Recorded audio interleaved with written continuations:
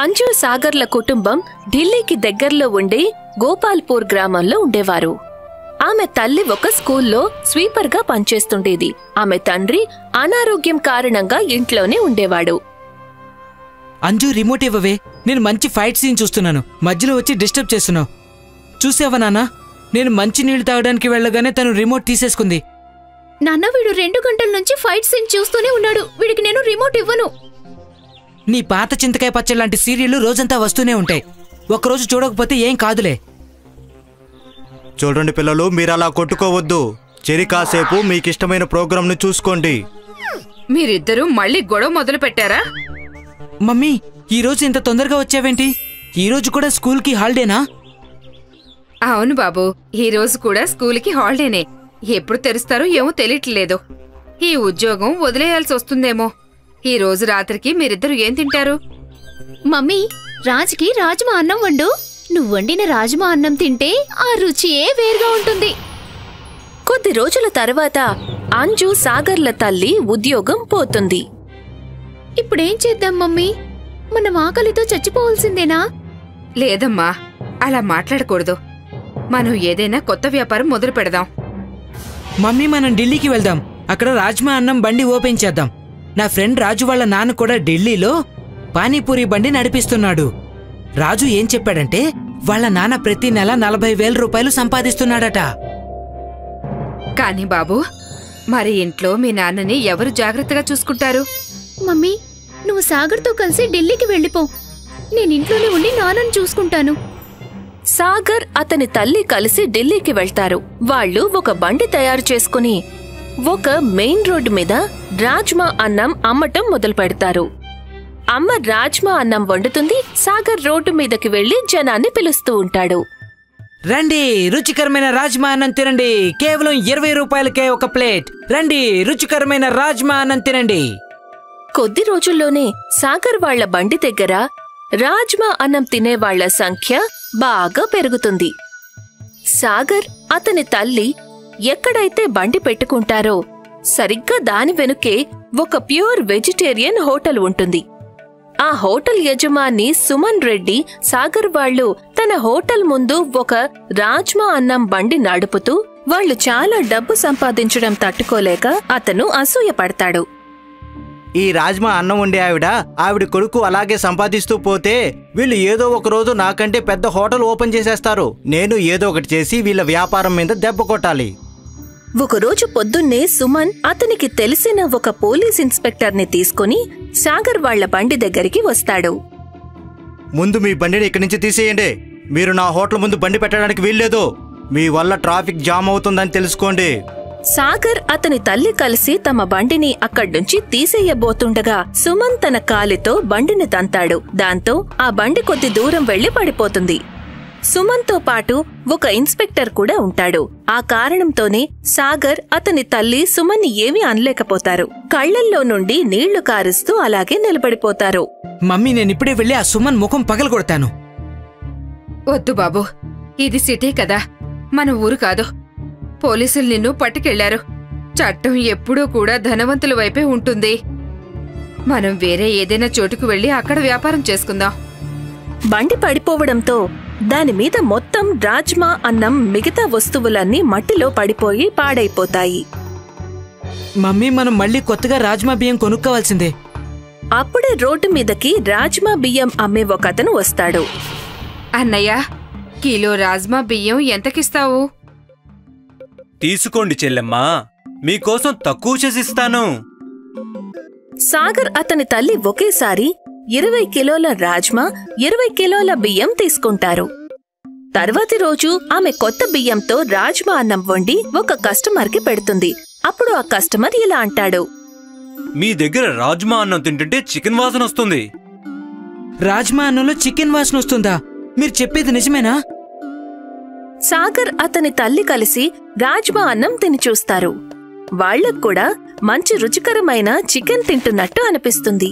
చుట్టుపక్కల వాళ్లందరికీ రాజ్మా అన్నంలో చికెన్ రుచి వస్తోందని తెలిసిపోతుంది. దాంతో చుట్టుపక్కల వాళ్లంతా సాగర్ వాళ్ల బండి దగ్గరికి వచ్చి రాజ్మా అన్నం తింటూ ఉంటారు. వాళ్ల వ్యాపారం ఎంతగా పెరిగిపోతుందంటే సహాయం కోసం అంజుని కూడా పిలవాల్సి వస్తుంది. కేవలం 20 రూపాయల రాజ్మా అన్నంలో చికెన్ రుచి వస్తుంటే తినకుండా ఎవరుంటారు? రాజ్మా అన్నంలో చికెన్ టేస్ట్ వస్తోందని సుమన్కి కూడా తెలిసిపోతుంది. వీళ్ళు ఏదో వ్యాపారం చేసి తెలివిగా రాజ్మా అన్నంలో చికెన్ కలిపి ఉంటారు. నేను కూడా నా హోటల్లో తెలియకుండా చికెన్ కలుపుతాను. తర్వాత నా హోటల్ వ్యాపారం ఎన్నో రెట్లు పెరిగిపోతుంది. సుమన్ కూడా తన ప్యూర్ వెజిటేరియన్ హోటల్లో చికెన్ని కలపడం మొదలు పెడతాడు. ఒకరోజు ఒక రాజకీయ పార్టీకి చెందిన పెద్ద నాయకుడు సుమన్ హోటల్కి భోజనంకి వస్తాడు. అతనికి అన్నంలో చికెన్ కనబడుతుంది. ఏ హోటల్ ఓనర్, ఏంటిది? నువ్వు నా భోజనంలో చికెన్ కలిపి నా నియమాన్ని పాడు చేశావు. ఆ నాయకుడు సుమన్ని పట్టుకుని బాగా కొట్టి తర్వాత సుమన్ హోటల్ని మూయించేస్తాడు. మరోవైపు సాగర్ వాళ్ల బండి దగ్గర నాన్ వెజ్ తినేవాళ్ల సంఖ్య పెరుగుతూనే ఉంటుంది. చివరికి ఒకరోజు సుమన్ తప్పనిసరి పరిస్థితుల్లో సాగర్ తల్లి దగ్గరికి వెళ్తాడు. అమ్మా, నేను మీకు చేసిన అన్యాయానికి దయచేసి నన్ను క్షమించండి. నా హోటల్ను కూడా మీరు మూయించారు. మీరే ఈ హోటల్ను కొనుక్కొని నాకు సహాయం చేయండి. నేను ఇక్కడి నుండి వెళ్ళిపోతాను. వేరే ఏదైనా ఊరు వెళ్ళి హోటల్ పెట్టుకుంటాను. సాగర్ అతని తల్లి కలిసి సుమన్ హోటల్ని కొనేస్తారు. మమ్మీ, మనం ఈరోజు ఇలా ఉన్నామంటే దానికి కారణం అతనే. మనకి మాయా రాజ్మా బియ్యం ఇచ్చిన అతను. అతన్ని వెతికేందుకు నేను చాలా ట్రై చేశాను, కానీ ఎక్కడా ఆయన కనిపించలేదు. బహుశా ఆ దేవుడు పంపితే మనకి సహాయం చేసేందుకు వచ్చిన దేవదూత అయి ఉంటాడు. మమ్మీ, ఈ దేవదూతలు నిజంగానే ఉంటారా అమ్మా? తెలీదమ్మా, కానీ అనుభవం మాత్రం అదే చెప్తోంది. అదే ఉన్నారని. మీర్పూర్ గ్రామంలో హరిసింగ్ అనే మిఠాయి వ్యాపారి ఉండేవాడు. హరిసింగ్ దగ్గర బలంగా ఆరోగ్యంగా ఉండే ఒక ఆవు ఉండేది. అది రోజుకి 50 లీటర్ల పాలు ఇస్తుండేది. హరిసింగ్ తన ఆవు పాలతో ఇంట్లోనే నెయ్యి తయారు చేసేవాడు. తరువాత ఆ స్వచ్ఛమైన నెయ్యితో మిఠాయిలు తయారు చేసేవాడు. శుభ్రంగా ఉన్న కారణంగా ఊరిలోని వాళ్లందరూ హరిసింగ్ దుకాణంలోని స్వీట్సే కొనేవారు. మిగతా ఏ దుకాణంలోనూ మిఠాయిలు అమ్ముడుపోయేవి కాదు. హరిసింగ్ దుకాణానికి సరిగ్గా ఎదురుగా రాధేశ్యామ్ మిఠాయి దుకాణం ఉండేది. హరిసింగ్ దుకాణం దగ్గర అంతమంది ఉంటే మన దుకాణం వైపు ఒక్కరు కూడా రావటం లేదేంటి? సేట్, నాకు అర్థం కాదు. అందరూ ఆ హరిసింగ్ దుకాణానికే ఎందుకు వెళ్తారో? మన దుకాణంలోని స్వీట్స్ కూడా ఇంచుమించు అలాగే ఉంటాయి కదా. అందరికీ అతని ఆవు నెయ్యి అంటే చాలా ఇష్టం. అతని ఆవు అందరికీ కామధేను అయిపోయింది. ఒకప్పుడు అతను చాలా బీదవాడు, కానీ ఇప్పుడు ఆవు సహాయంతో ధనవంతుడైపోయాడు. హరిసింగ్ కి పెళ్లి ఊరేగింపుకి వెళ్లడం అంటే చాలా ఇష్టం. అతను ప్రతి పెళ్లి ఊరేగింపుకి వెళ్తుండేవాడు. ఒకరోజు హరిసింగ్ ట్రాక్టర్ మీద కూర్చుని ఊరేగింపుకు వెళ్తాడు. ఆ ఊరేగింపు ఒకచోట ఆగిపోతుంది. హరిసింగ్ ట్రాక్టర్ దిగిపోయి టాయిలెట్ చేసేందుకు చెట్లలోకి వెళ్తాడు. హఠాత్తుగా హరిసింగ్ వెనక ఒక నక్క వచ్చి నిలబడుతుంది. హరిసింగ్ వెనక ముందు చూసుకోకుండా భయపడుతూ ఆ చెట్ల లోపలికి పరిగెత్తుతాడు. అలా కొన్ని కిలోమీటర్లు పరిగెత్తిన తర్వాత అతను ఊపిరి తీసుకుంటాడు. నక్క అతన్ని ఎప్పుడో వదిలి వెళ్లిపోతుంది, కానీ అతను దారి మర్చిపోతాడు. ఎటువైపు వెళ్లాలో అర్థం కావడం లేదే. హరిసింగ్ ఆ అడవిలో ఒకే చోట చక్కర్లు కొడుతూ ఉంటాడు. అప్పటికి చీకటైపోతుంది. ఈ అడవిలో నుండి బయటికి వెళ్లడం నా వల్ల కాదనుకుంటాను. హరిసింగ్ నిరాశతో కూర్చుంటాడు. అప్పుడు అతనికి ఒకవైపు నుండి గంట కొట్టిన శబ్దం వినిపిస్తుంది. హరిసింగ్ ఆ శబ్దం వచ్చిన వైపు వెళ్తాడు. అక్కడ తెల్లగా తళతళ మెరుస్తున్న ఒక ఆవు మెడలో గంట కట్టి ఉండటం హరిసింగ్ చూస్తాడు. ఈ ఆవు చాలా అందంగా ఉంది. హరిసింగ్ ఆ ఆవుని తాడుతో కట్టేసి తన ఇంట్లో ఉన్న వాళ్ల గురించి ఆలోచిస్తాడు. ఈ సమయానికి నేను ఇంట్లో ఉండి ఉంటే. ఆ ఆవు గంట మోగిస్తుంది. ఆశ్చర్యంగా హరిసింగ్ తన ఇంటికి చేరుకుంటాడు. నేనిక్కడికి ఎలా వచ్చాను? ఇన్ని రోజుల నుండి ఎక్కడికి వెళ్ళిపోయావు? నువ్వు తప్పకుండా పక్కింటి విమలతో కలిసిపోయుంటావు. ఆమె కూడా చాలా రోజుల నుండి కనిపించటం లేదు. అదేం కాదు, నేను లాలా చౌదరి కొడుకు పెళ్లి ఊరేగింపుకి వెళ్ళాను. అడవిలో తప్పిపోయాను. చూడు, అడవిలో నాకు ఏం దొరికిందో. నువ్వెప్పుడైనా ఇంత అందమైన తెలివైన ఆవుని చూశావా? ఇది సాక్షాత్తు కామధేనువులాగానే ఉంది. కామధేనువా? అవును, కామధేనువు అంటే ఏంటంటే అది మనం ఏం కోరుకుంటే అది తప్పకుండా ఇస్తుంది. వేదాలు పురాణాలలో దాని గురించి చెప్పారు కూడా. ఈ ఆవు సాయంతోనే నేను అడవి నుండి ఇంటికి చేరుకున్నానేమో. ఒకవేళ ఇది కామధేనువైతే ఇప్పుడే ఆ విషయం తెలిసిపోతుంది. ఓ గోమాత, నాకు తినేందుకు వేడివేడి పాయసం కావాలి. ఆవు గంట కొడుతుంది. కళ్ళు మూసి తెరిచేలోపు హరిసింగ్ చేతిలో పాయసం కుండ ఉంటుంది. నువ్వు చెప్పింది నిజమే. ఇది నిజంగానే కామధేనువు ఆవు. కామధేనువు ఆవు దొరికిన హరిసింగ్ సంతోషానికి హద్దులు ఉండవు. ఇప్పుడు అతనికి మిఠాయిలు తయారు చేయాల్సిన అవసరమే ఉండేది కాదు. అతను కామధేనువుని మిఠాయిలు అడిగి దుకాణంలో పెట్టి అమ్మేవాడు. హరిసింగ్ కామధేనువుని పెద్ద ఇల్లు, భూమి కూడా అడుగుతాడు. అతను మెల్లమెల్లగా పని చేయడం దాదాపు మానేస్తాడు. దుకాణంలో నౌకరుతో పనిచేయిస్తూ ఏదైనా అవసరమైతే కామధేనువు ఆవుని అడిగేవాడు. ఒకరోజు హరిసింగ్తో అతని భార్య ఇలా అంటుంది. మనమేం కష్టపడకుండా లాభం పొందటం మంచిది కాదు. దేవుడు మనల్ని సోమరిపోతుల్ని పనికి మాలిన వారిగా చేసేందుకే ఈ కామధేనువావునే ఇచ్చుంటాడు. నీకు పని చేయాలనుంటే పని చేసుకో. కామధేనువు ఆవుని పెట్టుకొని నేను ఎందుకు పని చేయాలి? హరిసింగ్ తన పాత ఆవు బాగోగులు పట్టించుకోవడం పూర్తిగా మానేస్తాడు. దాన్ని పట్టించుకోకపోవడం వల్ల ఆ ఆవు నీరసించిపోతుంది. ఒకరోజు రాధేశ్యామ్ హరిసింగ్ ఇంటికి వచ్చి ఆ పాత ఆవుని తనకి అమ్మమని అడుగుతాడు. నీకు ఎన్ని డబ్బులివ్వాలనిపిస్తే అన్నివ్వు. ఎలాగూ ఇప్పుడు ఆ పాత ఆవుతో పని కూడా ఏమీ లేదు. రాధేశ్యామ్ ఆ పాత ఆవుని చాలా జాగ్రత్తగా చూసుకుంటాడు. దాని పాల నెయ్యితో మిఠాయిలు చేసి అమ్ముతూ ఉంటాడు. రాధేశ్యామ్ దుకాణంలోని మిఠాయిలు ఎక్కువగా అమ్ముడుపోతాయి. మరోవైపు హరిసింగ్ ఏ కష్టమూ పడకుండా అన్ని సుఖాలు సంతోషాలు అనుభవిస్తాడు. హఠాత్తుగా ఒకరోజు హరిసింగ్ నిద్రలేచి చూసేసరికి తన పాత ఇంట్లో ఉంటాడు. అతను బయటికి వెళ్తాడు. కామధేనువు ఆవు ఇంటి ముందు నుండి మాయమైపోతుంది. రుక్మిణి, మన కామధేనువు ఏమైపోయింది? మన ఇల్లు ఇంతకు ముందు పాతిల్లులాగా ఎలా మారిపోయింది? నేను కూడా ఉదయం నుండి దానికోసమే వెతుకుతున్నాను. దుకాణంలోని మిఠాయిలన్నీ కూడా మాయమైపోయాయి. నేనేదైతే భయపడ్డానో అదే జరిగింది. నువ్వు పని చేయటం పూర్తిగా మానేశావు. అందుకే కామధేనువావు మన దగ్గర నుండి వెళ్లిపోయింది. ఓరి దేవుడా, ఎంత పని జరిగింది! హరిసింగ్ బోరు బోరున ఏడుస్తూ గట్టిగట్టిగా అరుస్తూ క్షమించమని అడుగుతాడు. ఏడుకొండలవాడా, కామధేనువు ఆవుని మళ్ళీ మాకివ్వు. ఇక నుండి నేను రోజూ పని చేస్తాను. ఇలా సోమరిపోతుగా అస్సలు కూర్చోను. రాధేశ్యామ్కి ఈ విషయం తెలుస్తుంది. కామధేనువు ఆవు మాయమైపోయింది అని. అతను చాలా సంతోషపడతాడు. రాధేశ్యామ్ తన నౌకర్తో ఇలా అంటాడు. ఇప్పుడు హరిసింగ్ తన దుకాణాన్ని మళ్ళీ ఓపెన్ చేయడు. ఇక నుండి మన మిఠాయిల్లో ఇంకా ఎక్కువగా కల్తీ చేద్దాం. ఈ రోజు నుండి స్వచ్ఛమైన నేతి మిఠాయిలు చేయడం ఆపేయి. నకిలీ నెయ్యితో మిఠాయిలు చేయడం మొదలుపెట్టు. రాధేశ్యామ్ నెయ్యిలో కల్తీ చేస్తూ చాలా డబ్బు సంపాదిస్తుంటాడు.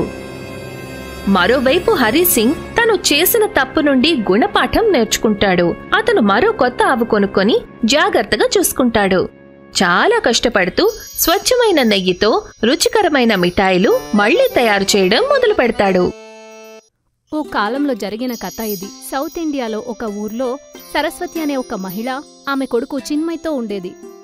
సరస్వతి వాళ్ల భర్త చనిపోయి 10 ఏళ్లయింది. ఆ రోజు నుండి సరస్వతి ఊర్లో చిన్న చిన్న పనులు చేసుకుంటూ డబ్బులు సంపాదించి తన ఇంటిని గడిపేది.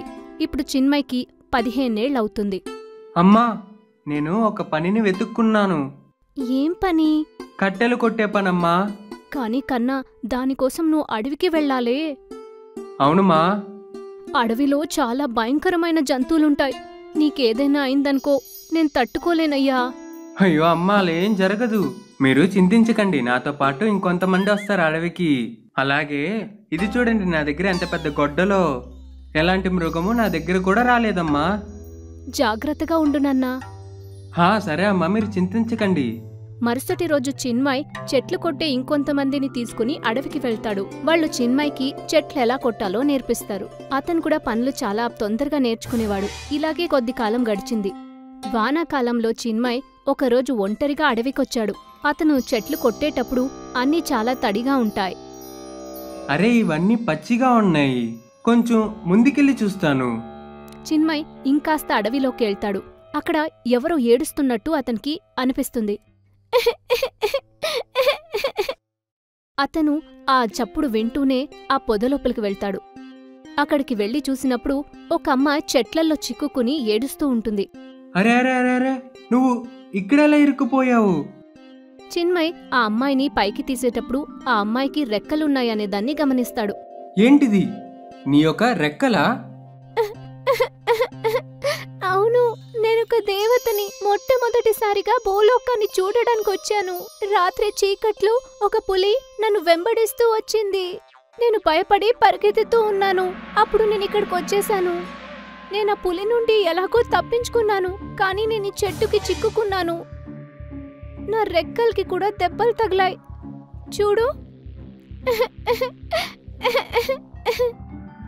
చిన్మయ్ తన కొడవలితో ఆ చెట్టునంతా కొట్టి ఆ దేవతని అక్కడి నుంచి తప్పిస్తాడు. చాలా ధన్యవాదాలు, నువ్వు నన్ను విడుదల చేశావు. నీకు చాలా చాలా చాలా ధన్యవాదాలు.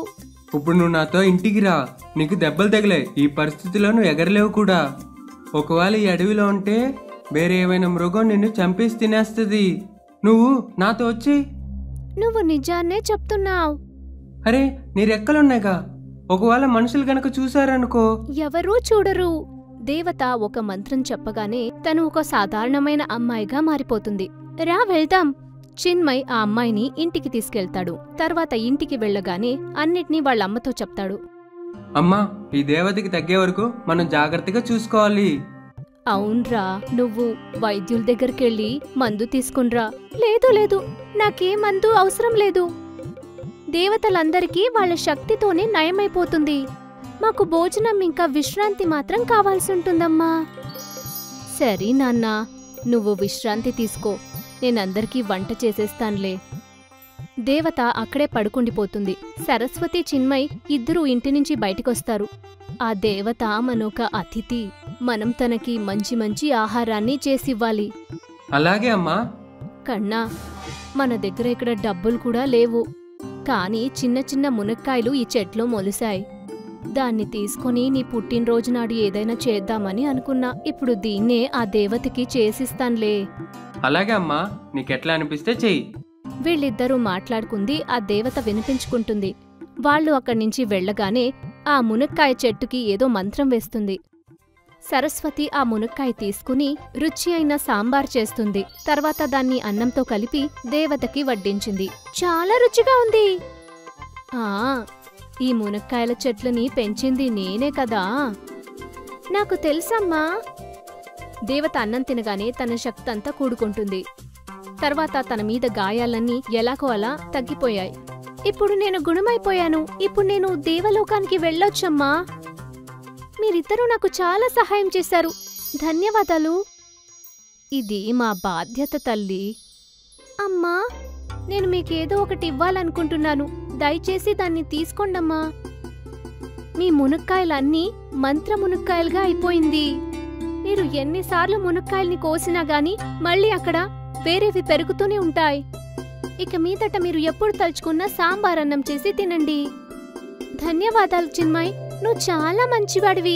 దేవత అక్కడి నుంచి ఎగురుకుంటూ వెళ్ళిపోతుంది. సరస్వతి మరియు చిన్మయ్ ఇద్దరూ కొన్ని మునక్కాయల్ని కోస్తారు. అక్కడ వెంటనే కొత్త మునక్కాయ మొలుస్తుంది. దాన్ని చూసి ఇద్దరూ సంతోషిస్తారు. ఇప్పుడు మనం ఎప్పుడనుకున్నా సాంబార్ చేసుకోవచ్చురా చిన్మయ్. అమ్మా, సాంబార్ తయారు చేసి అమ్మచ్చు కూడా. చిన్మయ్ ఇంకా సరస్వతి చాలా మునక్కాయల్ని కోస్తారు. తర్వాత ఆ మునక్కాయలు ఉపయోగించి చాలా సాంబార్ని చేస్తారు. దానితో పాటు అన్నం కూడా ఉడికిస్తారు. నేను ఈ సాంబార్ని అన్నాన్ని అమ్మేసొస్తా అమ్మా. సాంబార్ అన్నం డబ్బా తీసుకుని చిన్మయ్ మార్కెట్కి వెళ్తాడు. చాలామంది చిన్మయ్ తెచ్చిన సాంబార్ అన్నాన్ని తిని డబ్బులిచ్చి వెళ్తారు. ఆ రోజు నుండి సరస్వతి ఆ మంత్రపు మునక్కాయల్ని కోసి ఎప్పుడూ సాంబార్ చేస్తూ ఉంటుంది. అప్పుడు చిన్మయ్ సాంబార్ అన్నాన్ని మార్కెట్లో అమ్ముతుంటాడు. మంత్ర మునక్కాయతో చేసిన సాంబార్ అన్నం చిన్మయ్ ఇంకా సరస్వతికి ఒక మంచి వ్యాపారంగా మారిపోతుంది. ఇక ఆ రోజు నుండి సరస్వతి ఎవరింటికి పనిచేయడానికి అస్సలు వెళ్లదు. తర్వాత కట్టలు కొట్టడానికి అడవికి కూడా వెళ్లలేదు. ఇప్పుడు వాళ్ళు సాంబార్ అన్నం చేసి దాన్ని అమ్ముకోవడం మొదలుపెట్టారు.